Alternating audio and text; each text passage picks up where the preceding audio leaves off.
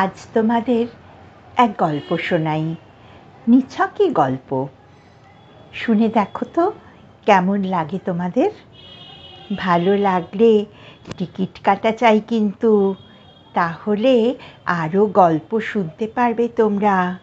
শোনো তাহলে। সালটা 1999, 2000 হবে।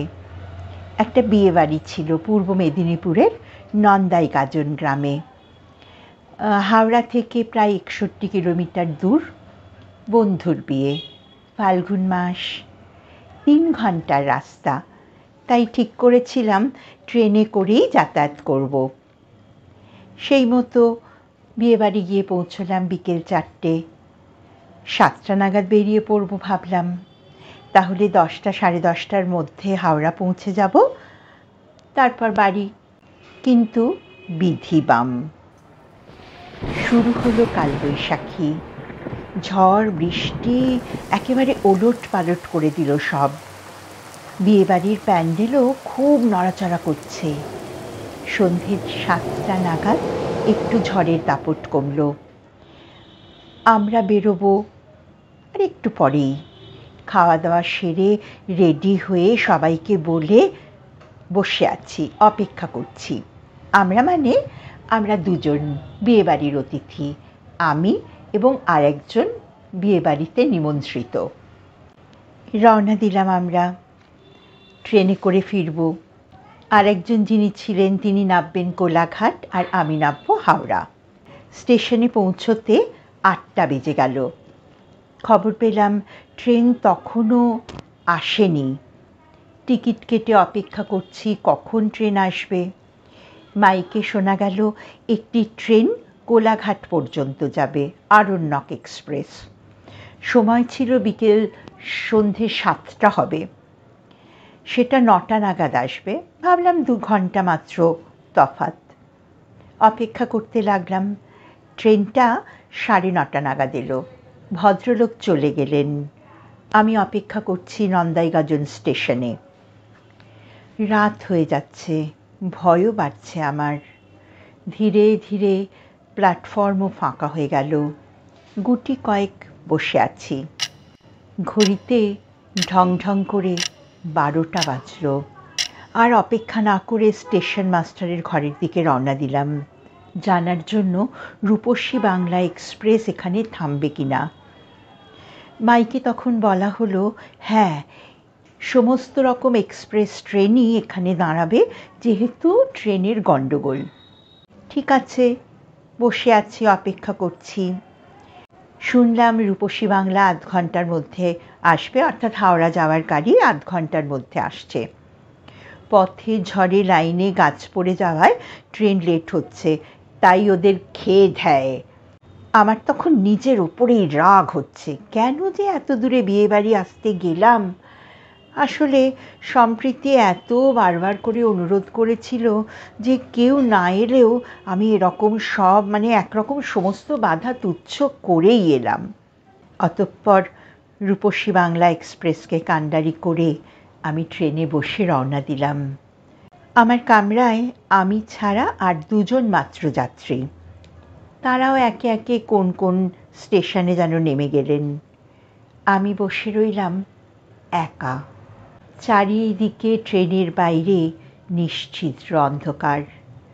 হঠাৎ ট্রেনটা থেমে গেল। লাইন ক্লিয়ার নেই। আবার অপেক্ষা। আজ আমার কপালে যে কি আছে, কখন যে হাওড়ায় পৌঁছবো কে জানে। তখন অলরেডি রাত 2টো বাজে। ট্রেন দাঁড়িয়ে রয়েছে। একজন পাগল গোছের লোক উঠে আমার ডান পাশের দিকে সিটে বসে পড়ল। আমি ভাবলাম, যাক, একজন অন্তত লোক তো উঠেছে, নাই বাবার চেয়ে তো কানা মামাও ভালো। 8 ঘন্টা কেটে গেল।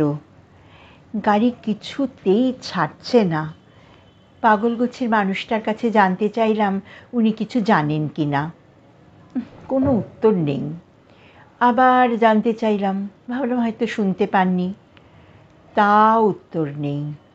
এবার উনি গাইতে শুরু করলেন সেই বিখ্যাত রবীন্দ্রসঙ্গীত, মন কেমন করে কি জানি কিসের তরে। ট্রেন চলতে শুরু করলো এবার। কিন্তু ভদ্রলোক কোথায় গেলেন? একটু চোখটা লেগে এসেছিল আমার।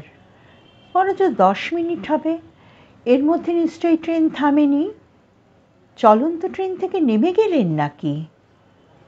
উফ, আর ভাবতে পারছি না। যাকগে, উনি যেখানে গেছেন যান, আমার কি, এত ভেবে কি হবে। আবার ট্রেন থেমে গেল। দরজার কাছে গিয়ে দেখি সেই লোকটি ট্রেন থেকে নেমে নিচে দাঁড়িয়ে আছে। ট্রেন ছেড়ে দেবে, আপনি ট্রেনে উঠে আসুন।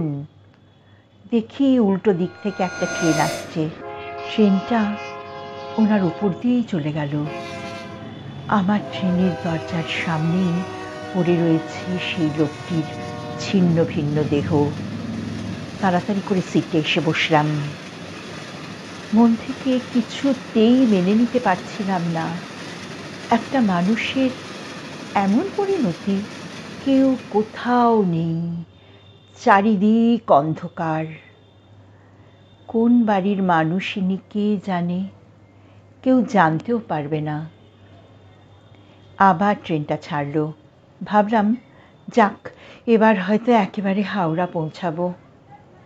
বসে থাকতে থাকতে কখন যেন চোখ দুটো ঘুমে জুড়িয়ে এসেছিল।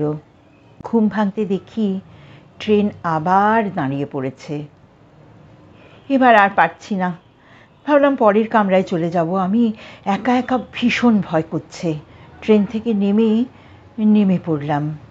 পরের কামরায় উঠতে যাব, দেখি এতটা দূর ট্রেনটা চলে এলো তো ওই লোকটার ছিন্ন ভিন্ন দেহটা পরের কামরার দরজার সামনে পড়ে রয়েছে। দেখে তো উঠতে পারলাম না। ট্রেনটা ছেড়ে দিল। দৌড়তে চেষ্টা করলাম, পারলাম না। ট্রেনটা ধরতে পারলাম না। লাইনের ওপর দিয়েই দৌড়চ্ছিলাম। হঠাৎ হুমড়ি খেয়ে পড়ে গেলাম। এরপর আমার আর কিছু মনে নেই। যখন জ্ঞান ফিরল, দেখি 2-3 জন আমাকে ঘিরে রয়েছে, জল দিয়ে আমায় সাহায্য করছে।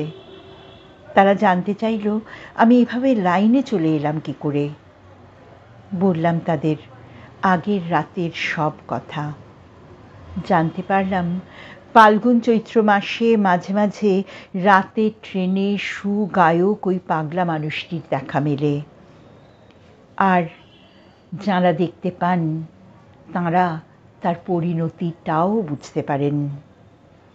আজ পর্যন্ত তার কোনো পরিচয় মেলেনি, তবে কখনো তিনি কারোর ক্ষতিও করেননি। এত রাতে এখনো মাঝে মাঝে দেখা যায় রাতের ট্রেনের ওই মানুষটি, বা তার গান শোনা যায়। মন কেমন করে কি জানি কিসের তরে।